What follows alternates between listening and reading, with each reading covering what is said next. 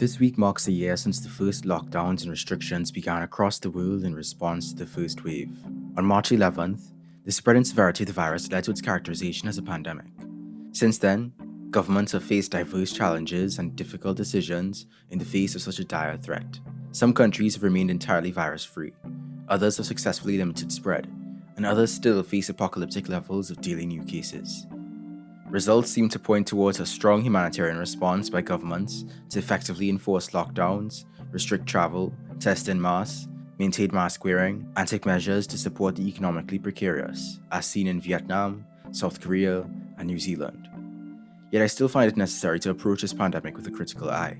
I'm not going to engage in any form of corona denialism or xenophobic fear-mongering, I assure you. That's delusional. But I do want to assess the situation with some depth. I want to look at how capitalism caused and worsened this pandemic. And I also want to look at how we can apply libertarian socialist principles in our communities to respond more effectively to future pandemics. Let's begin. Between SARS, MERS, swine flu, bird flu, Ebola, and now COVID-19, highly infectious diseases seem to be proliferating lately. And in case you're wondering why, the answer is capitalism. The science is clear. We keep expanding and increasing human economic domination over nature that's come into contact with certain pathogens that would normally circulate naturally and apart from humans. We also continue to increase the use of antibiotics in factory farms, leading to the mutation of viruses that can resist our once most potent defenses. To the first point, you might be wondering, weren't we more exposed to nature before industrialization and civilization? And that is true. Hunter-gatherers and early agriculturalists did live right smack dab in the wilderness. But for a pandemic to arise, you need more than just semi-isolated, tight-knit communities to proliferate. Our modern world is perfect for a pandemic, because we have a global-scale capitalism that allows for the rapid transmission of pathogens, frequent aviation, and increasing ecosystem destruction to feed the ever-growing demand for land, raw materials, and energy resources, which also contribute to climate change. Factory farms that are basically virus boot camps, where only the most resilient, contagious, and virulent pathogens get to graduate. And like the overcrowded pigs in many of those same farms, us humans are crowded into homes, workplaces, trains, and buses. The concentration of capital draws the masses to the cities, where skyrocketing housing prices, overcrowding, ever-lengthening commutes, and toxic contamination make life miserable. Our immune systems are weakened by overworking, sleep deprivation, isolation, poor food, long commutes, and contaminated water and air. How could we build resilience with such an unhealthy lifestyle? The economy is venerated over human life, leading to a delayed response to virus containment and transmission between those forced to work and their own families. In the case of China, its opening up to global capitalism in the past few decades has led to a gross rise in conspicuous consumption and capital accumulation, and an explosion of wet markets in the country.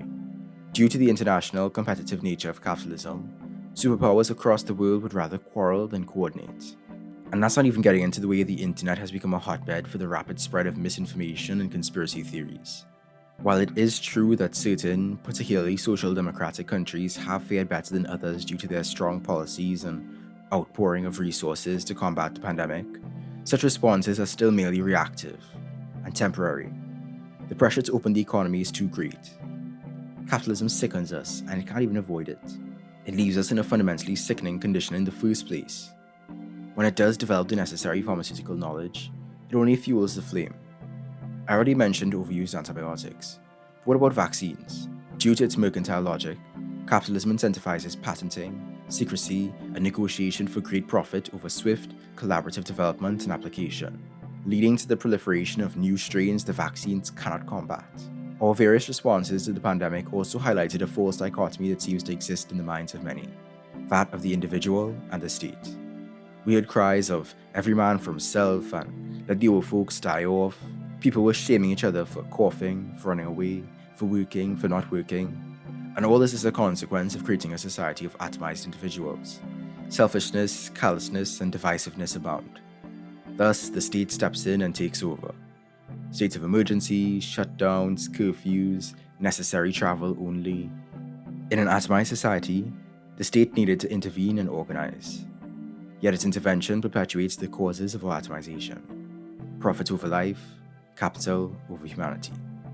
It stalls its actions in order to preserve business activity at the cost of millions of lives. It It seems clear to many that without the state, there would be no way for us to organize against this catastrophe. But is that true though? We've seen again and again how states are sluggish and ham-fisted, and how their hierarchies create incentive structures where power and capital interfere with most efficiently and effectively saving the population. So how do we respond to pandemics in a way that works to dismantle hierarchies of power, the state, and capitalism? As an anarchist, I'm trying to work against paternalistic, atomized society. I can acknowledge when the state does a good job, don't get me wrong, but I still assert that the inherent downsides to the existence of a state vastly outweigh any such positives. And those downsides end up making situations like pandemics much worse. Because anarchy is an ongoing process, I want you all to look at this draft of pandemic resistance as a means of prefiguring a transformative and uplifting society. The core elements of our resistance are communication networks, community involvement, science liberation, and permaculture revolution. Communication networks. We need to develop robust networks for the free transmission of information. As we've seen again and again over the past year, governments will obscure vital news and misrepresent data, and corporate media conglomerates will manufacture and manipulate narratives in service of capital and engagement. We need to be able to fluidly handle, fact-check, and share vital news within and across communities, with clear social mores and protocols, and without reliance on dishonest institutions. Community involvement. We need to build stronger community relationships. We are a social species after all, and we're going to need to move past the poison of hyper-individualism and develop more pro-social behaviors and attitudes. We don't have to slap heavy fines or imprison people when we can use more humane means to solve social problems. Community accountability is vital. We've used shame and reputation as a means of social control for thousands of years, especially in indigenous communities. And even if it has been used negatively in the past, which it has, I do think shame is part of a healthy society. If someone's being reckless during a pandemic, their peers and loved ones deserve to know, and they should face social consequences for their recklessness. Social pressure from your loved ones is far more effective than the orders of bureaucrats. Also, communities should be the foundation by which communities respond to the pandemic, being able to make collective decisions from the bottom up to manage the fallout of disasters and pandemics. People should have a say in their own lives without atomization, alienation, or deference to hierarchy. Through community councils and other bodies, people should be involved in decision-making, evaluating risks, and developing safety nets. With stronger community relationships, true networks of mutual aid should be in place to care for all members of the community. Mutual aid is a concept that's been seriously muddled in recent years, so I'm developing a video to explain it in greater detail. Look out for that. As we develop our communities, we should take bolder steps to combat evictions, wrest control of our workplaces, and coordinate with other communities too. Apes together strong. Science liberation. We need to make science, and especially medical science, open and accessible. Throughout this pandemic, we've had to combat a lot of conspiracies, fostered in withdrawn bubbles of unreality, that are driven by the algorithms of unaccountable social media corporations. Misinformation spreads fast, and we haven't developed the antibodies to fight it effectively yet. But on the other hand, medical expertise can best flourish when we build an environment that is conducive to free flow between academia and the masses. It isn't enough to publicly publish papers. That information should be made easy to understand. And to help develop people's understanding, we need medical professionals who are embedded in the community, rather than separate from it, driving scientific literacy and providing free access to health services. Medical professionals will need to build trust with the public and relationships with the people. They should have a voice in our communities, unhindered by censorship from governments, intellectual property laws, borders, or pharmaceutical corporations. When those relationships are in place, in conjunction with the communication networks and community involvement I just outlined, our responses to future diseases can be far more efficient and punctual, for the good of the species, not profit. Permaculture revolution. Of course, our resistance would not be complete without a dedicated effort to target one of the key sources of pandemics, the destruction of natural environments, in order to expand even more destructive, industrial monoculture farming. Scientists have been warning of the dangers of liberal pesticide use, of habitat clearing, of factory farming, and of antibiotics overuse for a long time now. All those activities are key to our global food production, meaning we need to seriously change how we produce food. We need to localize our food production and supply chains, and our farming can be much healthier for us and for the environment once we move towards permaculture. Permaculture is an approach to land management and philosophy that adopts arrangements observed in flourishing natural ecosystems.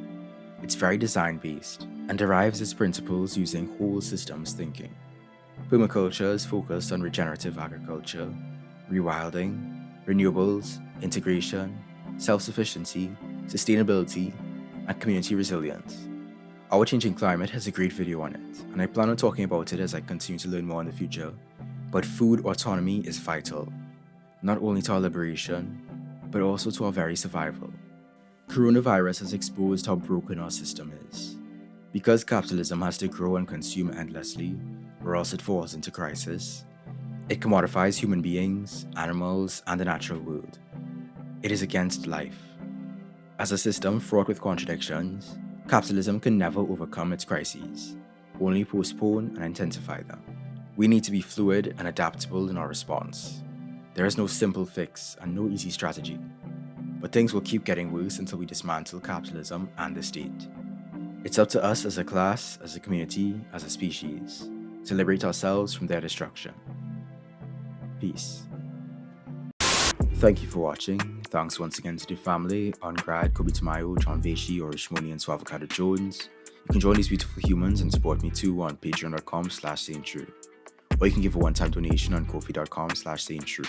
Please like, comment, subscribe, and share with your fellow peoples. Feed the algorithm.